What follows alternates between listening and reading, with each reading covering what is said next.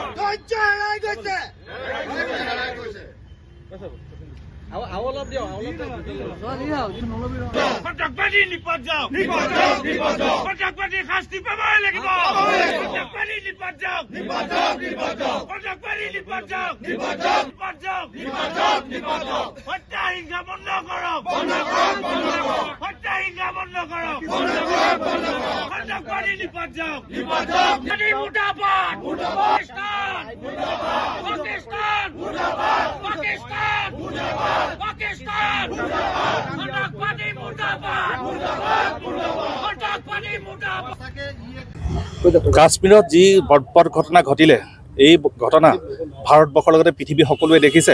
আৰু এই সন্ত্ৰাসবাদীসকলক ক'ৰ পৰা জন্ম হ'ল, এই জন্ম হোৱা স্থানৰ পৰাই ভাৰত চৰকাৰক অনুৰোধ জনাইছোঁ, তাৰ পৰাই নিৰ্মূল কৰিবলৈ অনুৰোধ জনাইছোঁ। আৰু এইদৰে তেওঁলোকে ধৰ্ম বাছি বাছি আমাৰ হিন্দু মানুহসকলক হত্যা কৰিছে। এই আপোনালোকে দেখিছে, কাপোৰ খুলি খুলি চাই চাই হত্যা কৰিছে। আৰু ইয়াত সকলোৱে কয় সন্ত্ৰাসবাদী ধৰ্ম নাই, কিন্তু ইয়াত পৰিচয় দিছে, সন্ত্ৰাসবাদীয়ে ধৰ্মৰ পৰিচয় দিছে।